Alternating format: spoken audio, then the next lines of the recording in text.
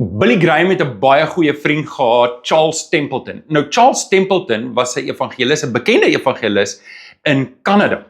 Maar iewers langs die pad het hy sy geloof verloon en het hy weggedraai, het hy afvallig geraak en het hy agnosties geword. Nou agnosties beteken maar net jy glo dat daar 'n God kan wees, maar jy weet nie regtig wie hy is nie.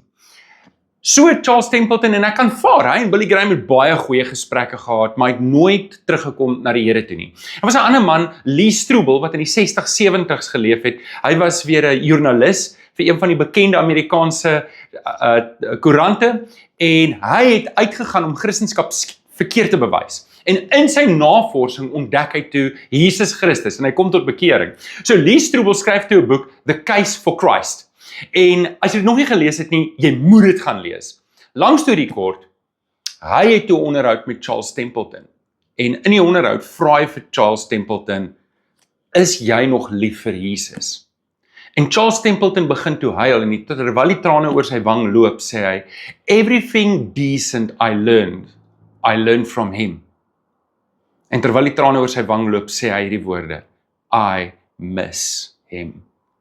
Ek weet nie waar jy staan in jou geloof nie, dalk mis jy ook vir Jesus, dalk verlang jy ook na Jesus. Ek weet nie waar jy staan vandag nie, maar ek wil jou nooi, môre bedien ons nagmaal en nagmaal is altyd vir my 'n wonderlike geleentheid, want ons bedien mense met die Here Jesus en sy karakter. Nou nagmaal is uitsluitlik vir gelowiges, maar hierdie is 'n geleentheid om terug te kom na die Here Jesus toe. Ek dink so na die vers in Romeine 1 vers 16 wat sê, ek skaam my nie vir die evangelie nie, want dis die krag tot redding vir elkeen wat glo.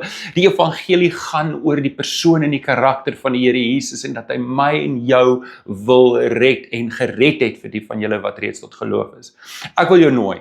Môreoggend is daar 2 dienste en ek wil net met jou praat oor hoe om die Here Jesus in jou lewe aan te gryp. En ons gaan die diens afsluit met nagmaal en as jy nog nie 'n oorgawe gemaak het nie, gaan ek vir jou geleentheid gee in die diens om 'n oorgawe te maak. Dalk gaan dit jou eerste werklike nagmaal wees wat jy die karakter en die persoon van die Here Jesus ontmoet. Ek hoop ek sien jou môre. Eerste diens 8:00, tweede diens 9:30. Ons bedien nagmaal tydens albei dienste. Aanlyn is 8:00. Sien jou daar. Die Here seën.